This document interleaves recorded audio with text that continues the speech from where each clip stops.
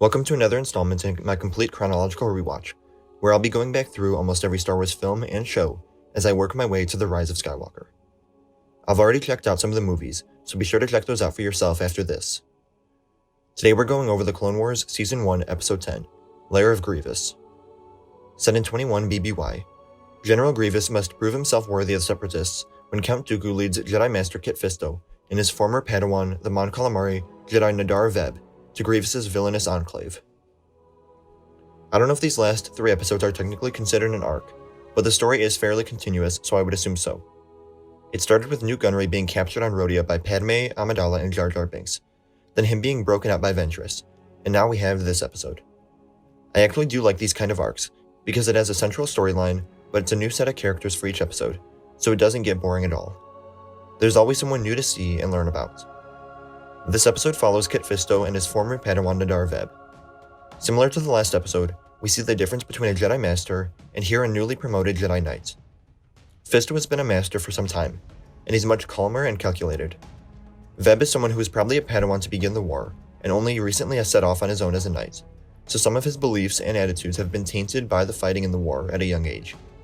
He wants to show off, prove himself in front of his former Master, and answer Grievous's power with his own, none of which are the Jedi way. There's quite a bit of action in the episode, and Grievous's unpredictableness makes it exciting to watch. As seen in this episode, you never know what he's going to do. Wield 4 blades, 2 blades, crawl on the ceiling, or shoot you with a blaster. One of my favorite things about this episode is getting to flesh him out as a character, more than just a one-note villain in the series. While exploring the lair, we see the Grievous statues of him as a Kaleesh warrior and who he used to be, and it definitely means something that all of those years later, he still has these statues up in his lair, a visual reminder of what his life used to be like. We also get to see his replacement parts and how often he probably has to get himself fixed by the Doctor, whose snark directed at Grievous I loved. Grievous needs him for repairs, so he can't do anything about it. We're also introduced to his pet, Gore, whose design was very interesting. The Rogwart makes for some fun action, and it's definitely a unique kind of creature. We also just see some of the dynamic between Grievous and Dooku, like at the end when Dooku compliments him on taking down a Jedi Master, only to become severely disappointed when Grievous corrects himself.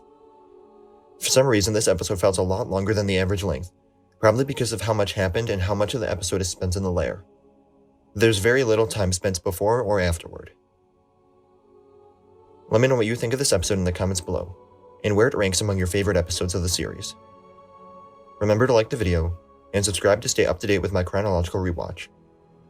As always, thank you all for watching, and remember, the Force will be with you, always.